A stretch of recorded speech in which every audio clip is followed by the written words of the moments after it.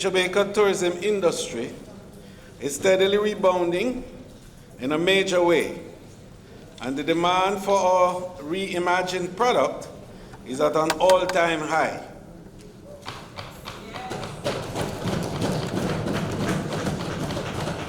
Nowhere was this more evident than on our highly successful 5-week market blitz that took us from the United States and Canada to the Middle East and the United Kingdom.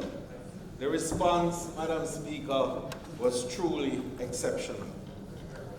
It is already evident in the numbers that our new approach to our tourism offerings, born out of a COVID-19 pandemic considerations, is paying off. Our arrival figures are climbing. Airlift for the winter season is looking good, and the cruise will be back in all our ports by the end of the year. Stopover arrivals to date now stands at 1.2 million. And since cruise shipping resumed in August, we have welcomed over 36,000 cruise passengers, while our earnings, Madam Speaker, are now at the $1.5 billion US. Jamaica is well on its way to recovery.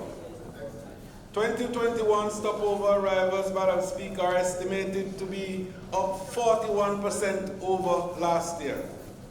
And year to date, we have recouped nearly half of the 2019 stopover business. And just to look at what is happening in the month of November, Madam Speaker, we are trending to equal 2019 November. The good news also is that December is usually a strong month for us, and it begins the high season when the rates are higher. So we will likely meet our forecast of 1.6 billion visitors and over $2 billion US in earnings.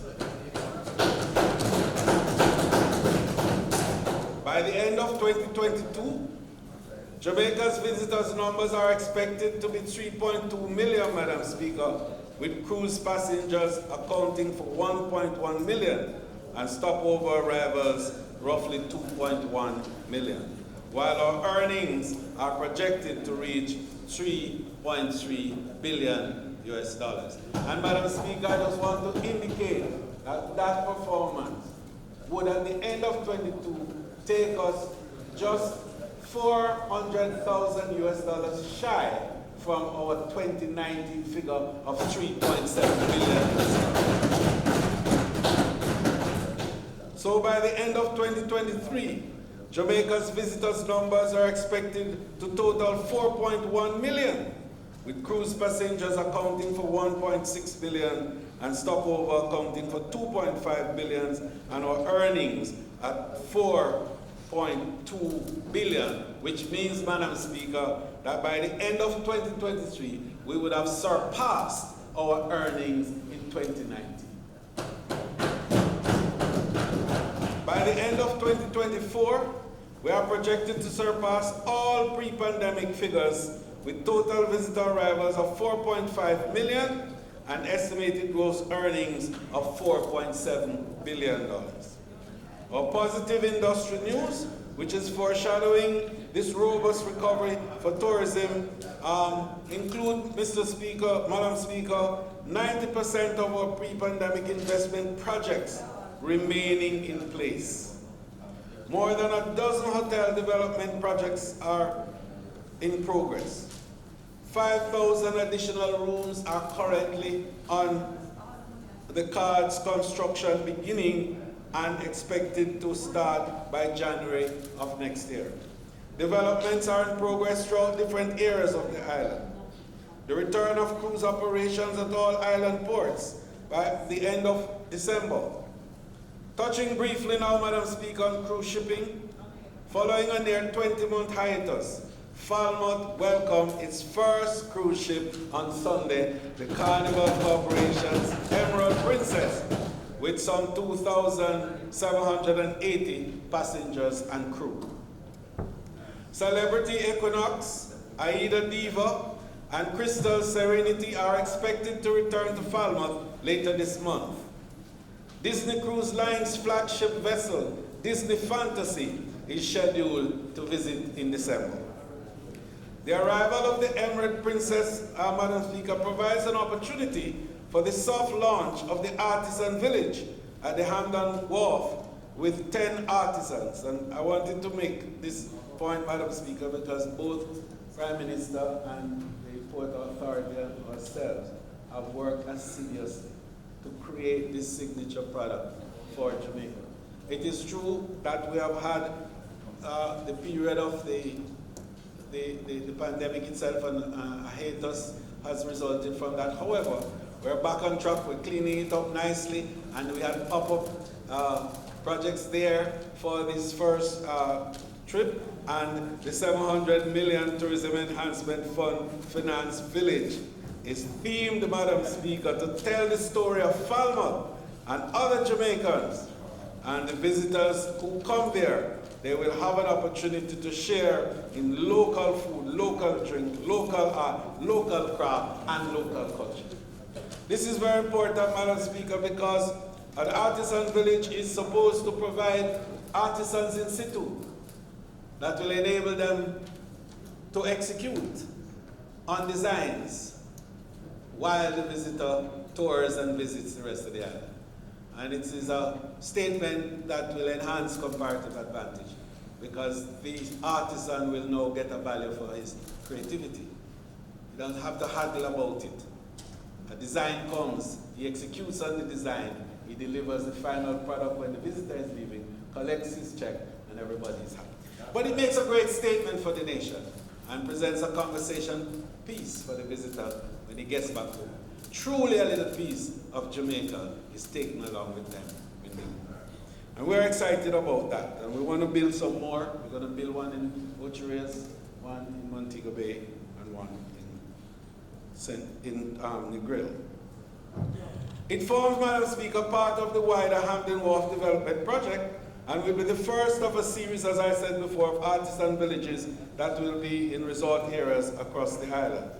The successful outcomes of our International Market Blitz will certainly help us to achieve this target, if not surpass it. I believe this positive rebound and increase in demand by Brand Jamaica is largely due to our successful effort in restoring traveler confidence in destination Jamaica.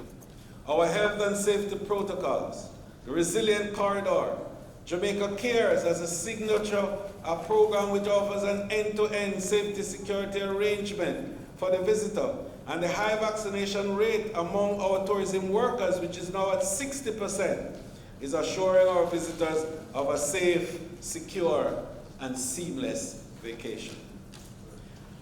I would like to share, Madam Speaker, some of the main outcomes of the recent travel, along with other senior tourism officials, to our main source market, as well as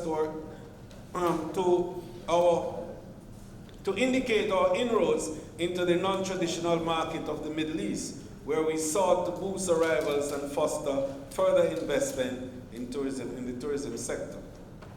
Madam Speaker, we kicked off the Blitz with a series of meetings with travel industry leaders, media, and other stakeholders in our two largest source markets, the United States and Canada. I'm pleased to share that our engagement with key stakeholder partners in both marketplaces were very fruitful. There were COVID-19 related concerns, yes, and we wanted to reassure the tourism interests that Jamaica remains a safe destination. Our protocols are in place to ensure that our visitors can come to the island, go to our attractions, and have an authentic Jamaican experience safely and seamlessly. Despite these concerns, Madam Speaker, however, as we indicated, confidence in Jamaica remains very, very strong. Executive of the world's largest airline, American Airlines, assured us that the island will by December see as many as 17 non-stop flights per day as the demand for the destination rises. And I just wanted to indicate, Madam Speaker, that they also pointed out that Jamaica topped the Caribbean among consumers on their expansive American Airlines vacation platform, and confirmed that they'll be utilizing their new large, wide-bodied Boeing 787 plane on several routes to Jamaica starting November. And I know because I had a ride in one of those 787s. Southwest Airlines, Madam Speaker, one of the largest airlines in the United States and the world's largest low-cost carrier airline, reassured our delegation that their flight operations into Montego Bay in the coming months are very close to 2019 pre-pandemic record levels, signaling increased demand for destination Jamaica by U.S. travelers. Southwest operates non-stop flights between major U.S. international airports of Houston, Fort Lauderdale, Baltimore, Washington, Orlando, Chicago, St. Louis, and into Montego Bay. Expedia, Madam Speaker, the largest online travel agency in the world and the biggest producer of tourism business for Jamaica, said their data clearly shows impressive room nights and passenger growth, with both metrics surpassing the same time in 2019. They also noted that the US remains the overall top search engine market for Jamaica. On the second largest source market, Madam Speaker, Canada, we delivered 15 non-stop flights per week to the island. The flights, which commenced November 1, will be operated by Air Canada, WestJet, Sunwing, Swoop, and Transat, with direct services from Canadian cities of Toronto, Montreal, Calgary, Winnipeg, Hamilton, Halifax, Edmonton, St. John's, Ottawa, and Moncton. Forward bookings are hovering over 65% of the 2019 levels, and airlifts for the winter is at around 82% of the 2019 levels, with around 260,000 seats locked in for the winter season from Canada. This is positive news, Madam Speaker, as Canada has been disproportionately impacted by COVID-19, as you know, and therefore they have had a lot of travel restrictions. But the good news is that they have among the highest vaccination levels in the world, and they are now ready to fly again, and they are picking Jamaica. The Minister's time for speaking has expired.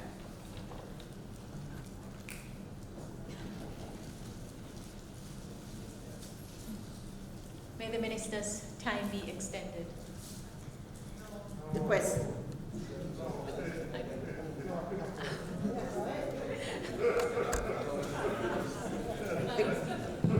To move that the time be extended for the Minister to complete his statement. The question before the House is that the Minister's time for speaking be extended sufficiently to allow him to conclude. Those in favor? Those against? Minister, House Leader. Thank you, Madam Speaker. It's an awkward little moment because I can't ask for it for myself. The Prime Minister says I can, but So, Madam Speaker, the Royal Caribbean International, our largest cruise lines one of the largest cruise lines in the world, will resume operations in Jamaica in November of this year.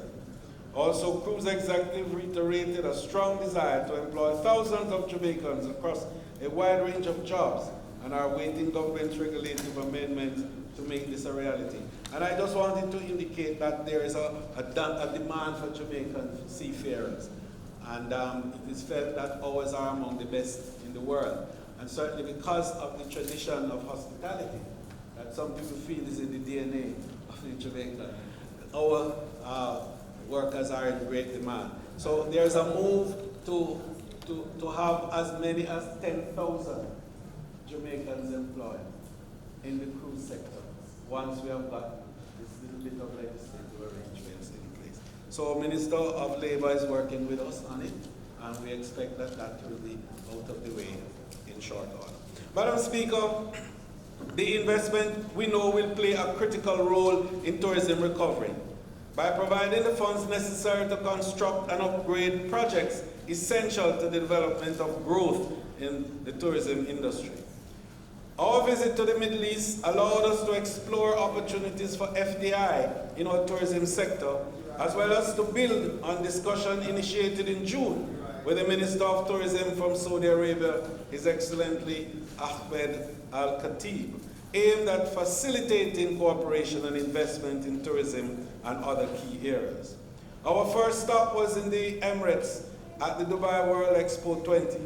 Jamaica was on show with a beautiful pavilion showcasing the destination's latest products and innovation under the theme, Jamaica Makes It Move. The pavilion has seen 7 zones, which allow visitors to experience the sights, sounds, and taste of Jamaica, and to see how our country moves the world and serves as a logistic connection. I am proud to share that our captivating pavilion was named one of the coolest of the World Expo 2020 by ITP Media Group subsidiary Time out of Dubai.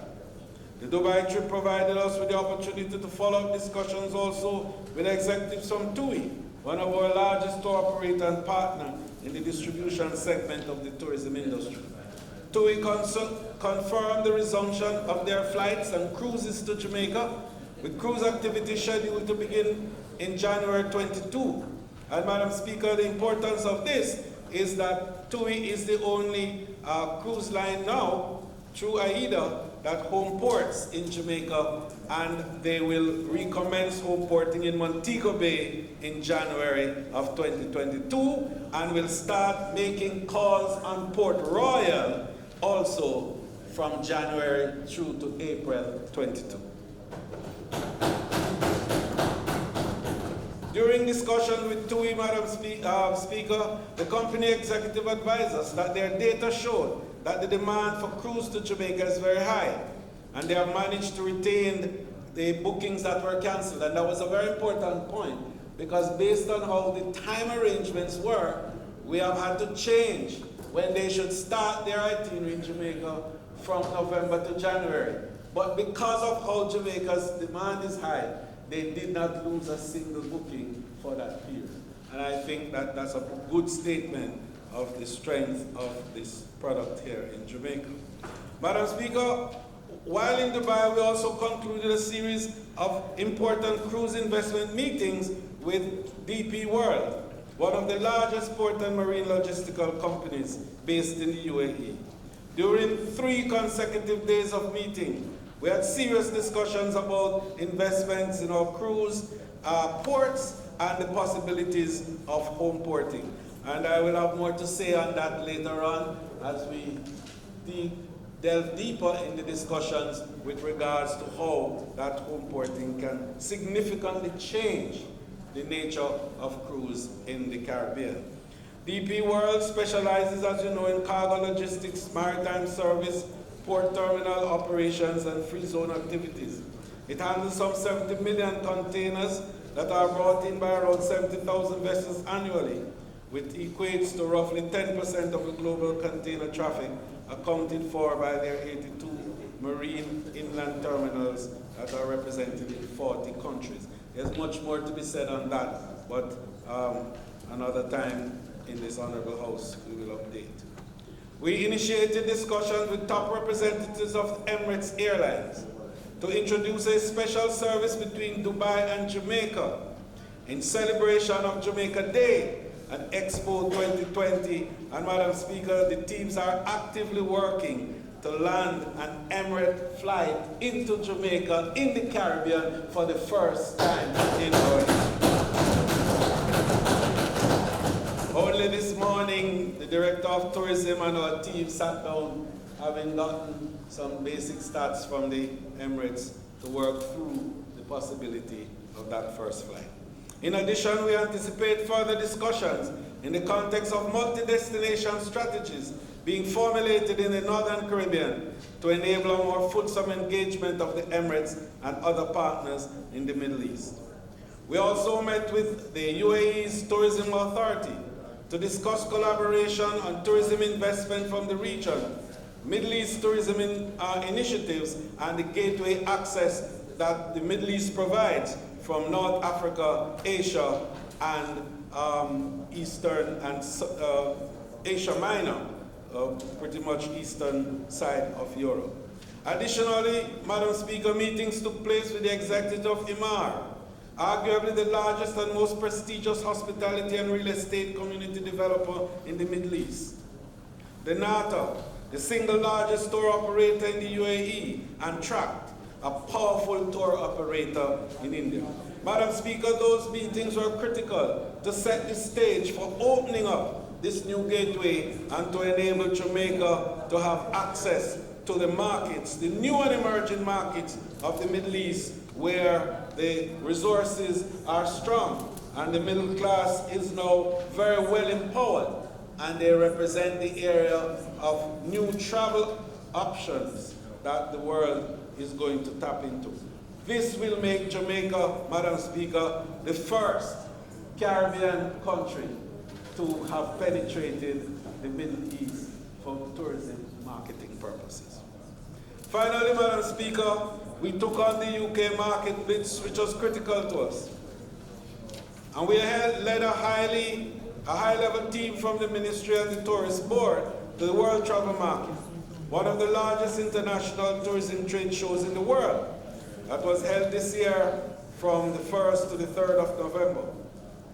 We have had very good engagements in all our key partners with the UK, and we are reassured them of Jamaica's readiness for them and our safety as a destination, with a less than 1% COVID-19 infection rate on our resilient corridor. While at the World Travel Market, we met with senior executive of Amadeus, a European-based global travel technology company, who informed us that the September 30 release of the latest James Bond movie, No Time to Die, which has multiple scene shots in Jamaica, is aiding in driving interest in destination Jamaica, particularly in the United Kingdom. And I want to emphasize that and to thank the Prime Minister and the Minister of Culture, Gender and Entertainment in particular, for enabling us to have that arrangement with Ian Productions to be able for Jamaica to be the place that shot this last important movie from the James Bond series. James Bond's spiritual home, as you know, with Ian Fleming writing Bond's novel in his house at GoldenEye, is so dear to us. Bond films, Dr. No, Live and Let Die, are also filmed here in Jamaica. So, No Time to Die, the filmmakers decided that we should be the place that the immortal James Bond should have his last important movie, and we are excited by that. Madam Speaker, British Airways, Virgin Atlantic, TUI, have all combined together to give Jamaica over 17 flights per week out of the United Kingdom for this winter. Out of Europe, we have Eurowings coming from Frankfurt, Germany to Montego Bay, and they're using their wide-body aircraft that brings over 200 passengers and crew. Then we have 23,000 visitors planned, Madam Speaker, for this winter to come from Germany, which will top our pre-pandemic numbers of 20,000. Madam Speaker, Condor Airlines, we have flights coming out of Switzerland, we have flights out of Frankfurt, Germany, out of the southern Europe, primarily from Portugal and Spain, and Madam Speaker, the Eastern European corridor is now responding to Jamaica as well. There is no doubt that tourism, Madam Speaker, is a heartbeat of the Jamaican economy and the catalyst that will enable us to recover quickly. These tangible gains that we are all making in tourism will almost certainly rebound to the benefit of all concerned. The Jamaican people, our tourism partners, and our visitors. I couldn't close, Madam Speaker, without thanking the tourism partners for their commitment and assiduousness, sticking to the task. We developed the protocols, they comported with the protocols. They suffered and struggled during the hard period. And now it is time for us to see a rebound in tourism. But I insist, it must be inclusive. We are leaving no one behind. All our partners, all our stakeholders must be involved in this recovery. Finally, vaccination, vaccination, vaccination. I cannot say this more strongly. It is our responsibility to safeguard the health and well-being of this industry and also our country. And all we have to help us to safeguard is vaccination. And I urge that the next time I speak in this house, it mustn't be that it's 65% of the workers that are fully vaccinated, but 100% of all the workers must be fully vaccinated. The world is moving in that direction.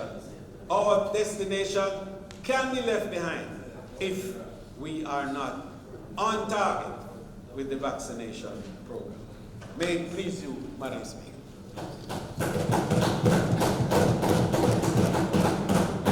Madam Speaker, 2 questions. I want to start where the Minister ended about inclusivity. While we welcome the cruise ship arrival, particularly in Falmouth, there are media reports that the artisans, for some reason, were not patronized. I don't know if the visitors on the ship were given specific instructions about where to go or where not to go, but very few of them actually went to where the artisans were. And more broadly, I wanted to understand what beyond, I know there's an issue of vaccination and passengers want to interact with people who are vaccinated, but is there a specific protocol from our side that is said to passengers once they reach here?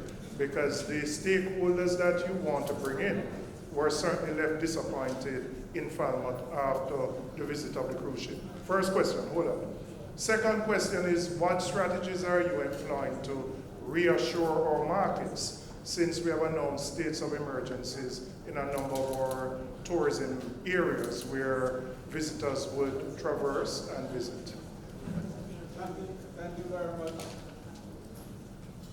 Member from Southeast St. Andrew. Firstly, we make the point that we prepare destinations for these cruises.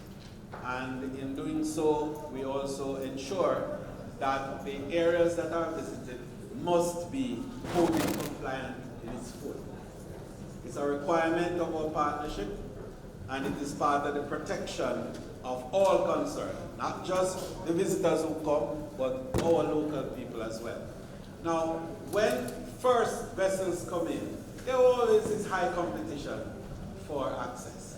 And I know that there will be one or two, of our stakeholders that may not be involved in the first instance. So I just want to say to those partners who may not have had a benefit, this one only had 1,070, I think. Just to make the point to you that you will have a report that says some of us didn't get, because it's not possible for everyone to get. I just want you to appreciate it. But the effort is there to enable over time that all of us, and when we establish the Artisan Village, for example, it's part of that design to make sure that all our partners are involved. Just to clarify, is it that they didn't go to the Artisan Village because that village wasn't designated? No, not at all. That's not. No, not at all. It wasn't that because they were compliant. It's just that because of even the numbers that came, the flow, bearing in mind that people do pre-purchases of attractions on board and before they come to Jamaica. So when you have a large flow, you have a better chance of more people circulating around, bearing in mind what the situation is. But I just wanted to make the point that the objective is to ensure everyone is taken care of at all times. The second matter of the SOE, we in the market constantly relate to our partners. And the matter of ensuring enhanced security protection is a feature of our sales arrangement. And so when we have to take strong steps in the country, it is understood in the context of what we want to do. We are proactive. We take steps ahead of the game. Other destinations in the region that we compete with, unfortunately, they wait until the action reaches them. And then they take the steps. And I want to give commendation to our Prime Minister and Minister of Security for being proactive. And the message in the market is that Jamaica is proactive. We are protecting you from any future. When we see it happening, we cauterize it. We go there ahead of it so that when you arrive in Jamaica, you are safe, secure, and you have a seamless experience. That's correct. Next statement. Madam Speaker, I invite you to ask the Prime Minister to make his